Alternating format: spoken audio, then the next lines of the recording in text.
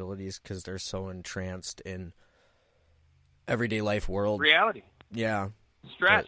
Mm-hmm. Like, if all you think about, it's just like at the Secret, the book The Secret, the movie The Secret. What you put out, you get back. What you vibe out will vibe right back towards you.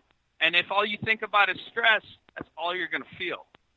Exactly. So you need to, as I said, it's not instant. Okay, you could do it once, you could do it twice. It might happen the first time, it might happen the 20th time, but it will work if you can get your mind in that right state. This is amazing. This little back and forth we have going on. I don't know if you mind if we go to a different topic. No, go. I think we're on the same brainwave because all right. I'm fine with that. Yeah, it's that infinite frequency because me and you have always had that weird connection. I don't know if it has to do with the fact that we were Lindsay born on the birthdays, same man. date. Even though we're 2 years apart, I do have a feeling it has something to do with that because there's a connection between us beyond just the basic things, birthdays that we, when we met or the things that we like. Mm-hmm. There's a spiritual connection between me and you that keep us together. We've always kept talking no matter where we're in life. Well, and just a quick little backstory. When I was 6 and he was 4, that's when we first met, and then I moved around a lot. He moved around a lot. And then in high school, we were like drawn to each other. And from age 6 to high school, whatever that was, 16, 17, 15, we both said pretty much simultaneously, why do you look familiar? And we didn't realize it for months. Like, we instantly had a connection again. We instantly hung out. We were instant buddies. We played video games. Science class was together. We hung out. It was crazy. And then it dawned on us. You were my neighbor. I was your neighbor. We hung out all the time. And then we figured out we had the same birthday. And it's crazy. Which brings me into it's a good segue into the next topic is your life, mate. No, yes, your thoughts about like reincarnation of a certain spirit. Like, have me and you met before on another plane of existence? Whether that be reincarnation, whether that be a different universe, alternate universe. Another microverse of the macroverse. Yeah, another plane of existence. To touch on that, but also to go to a broader spectrum, is people's belief of soulmates, and a lot of that could be the molecule of your soul, or when your soul whatever, when they existed, yours and that one were next to each other in the beginning. You guys, boom, branched off, and then you're always drawn back. You pass on, you reincarnate, or your molecules disperse into the world again, and then at some point it comes back together. It could be the next immediate life. It could be, a century later. You never 10 lives beyond that. Just one of those things. Yeah. And who's to say, it could be... We're all just molecules. Other planets, we're all just dust in the wind, as... we're all just dust in the wind. Used to say. Yeah. And we are, exactly. We are all space dust. We're space dust, we're stardust, we are what stars are made of. I am he and he is you, and we are all together. Exactly. And that's not to go back immediately to the other topic, but that's the thing with vibrations. All of our brains run on a similar wavelength, so that's how sometimes you can tell if someone's staring at you. Even if they're behind you, you turn around, someone's looking right at you. Or if they're about to call you, and you're like... It's the intensity, yeah. And your phone's about to ring. Right. Yeah. I've had that, and many, many it's times. them. Yep. That happens all the time to me. I'm like, someone's thinking about me. I'm about to get a phone call, and then boop, there's my dad or a guy I work with. Or go ahead. Sorry. Do you think we're going to get to a point where we can read each other's minds? I think that'd be awesome. That would be really cool. It would save a lot of time if you not necessarily eavesdropped into people's brains, but you're focused on someone, they're focused on you, or you're focused on someone, and then they look at you because they can feel you looking at them. It's like we're a step away from it. There would be, hopefully, if we ever tapped into that, like you would only be allowed to share certain information in your brain. It's like speaking. It's the same as, it's the same as speaking or drawing. It would be whatever's in the foreground. Because you have a brainwaves you push out. Always working. Right. Yeah, essentially. Yeah. That's where I was going.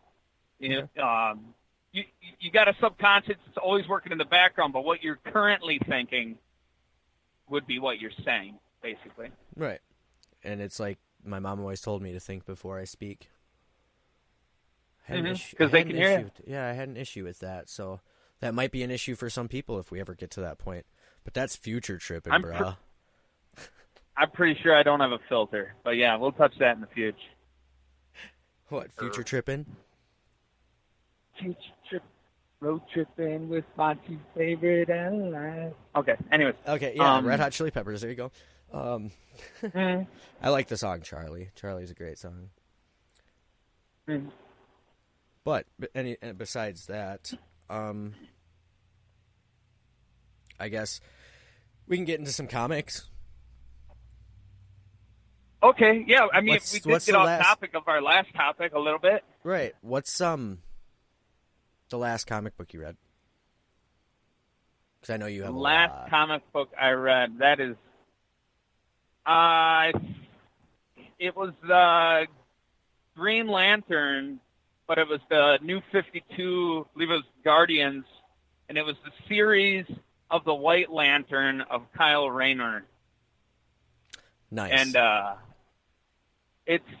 it's probably my favorite of the Green Lantern saga.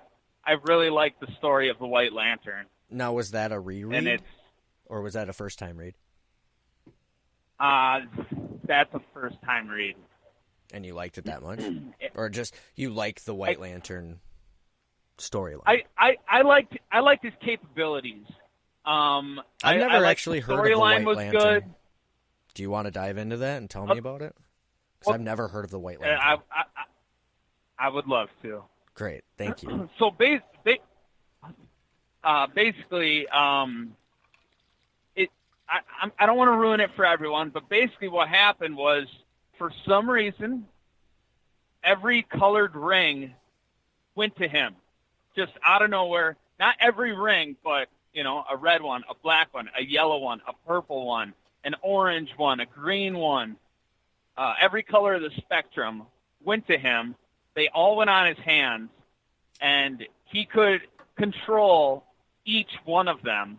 But in the process of that happening, whatever that, created that to happen, pulled those rings off of other lanterns.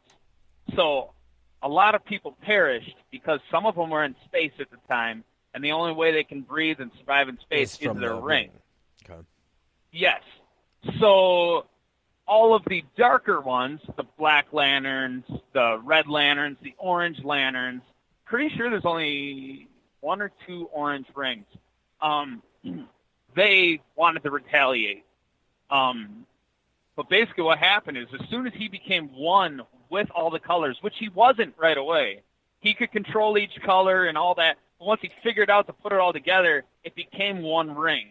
Was he a and lantern it was the White before Lantern. this happened? Yes, he was the Green Lantern of a different sector of the universe. So, okay. So he was from Earth. He was a human, but his area was different from John Jones, which was the Green Lantern of Earth, or I can't remember the other guy's name. Slipping my mind right now. But anyways, touch on the White Lantern. he got a whole nother ability, which I won't destroy for anyone if they want to read the comic. But I want you to spoil it for me. I'll say. Well, just say spoiler alert.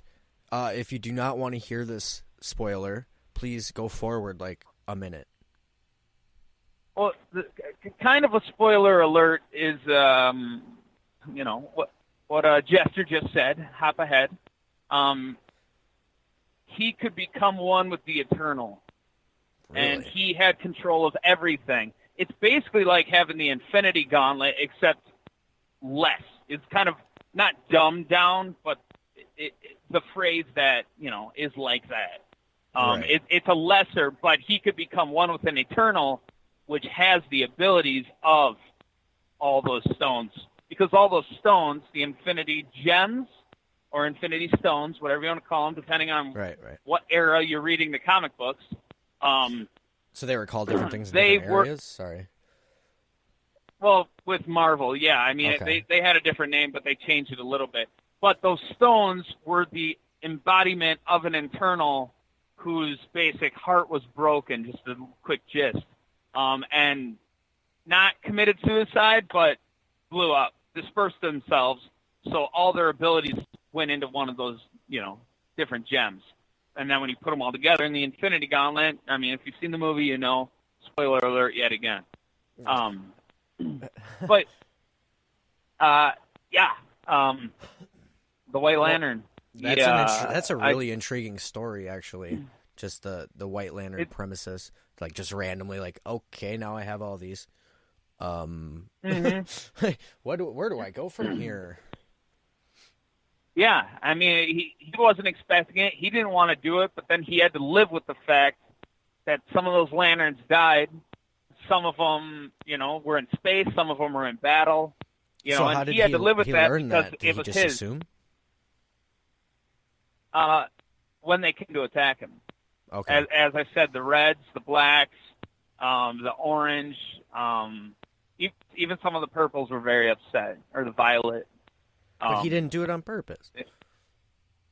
Well, that's the thing, too, is he wasn't trying to do any of it. He didn't even know what was going to happen. They just appeared, flew down to him and went on his fingers. So, I mean, this is in the aftermath. He thought it was awesome. He got new power, all that stuff. But because if you control one of the rings, and this is the whole reason of it that, made it real confusing, and the Guardians, they didn't like it because it's not supposed to happen. If you have a ring, you're not supposed to be able to use any of the other ones. That's why it was so fluky. So just weird, just an anomaly. Mm-hmm. Yes. I'm going to have to read that, actually. That sounds really interesting.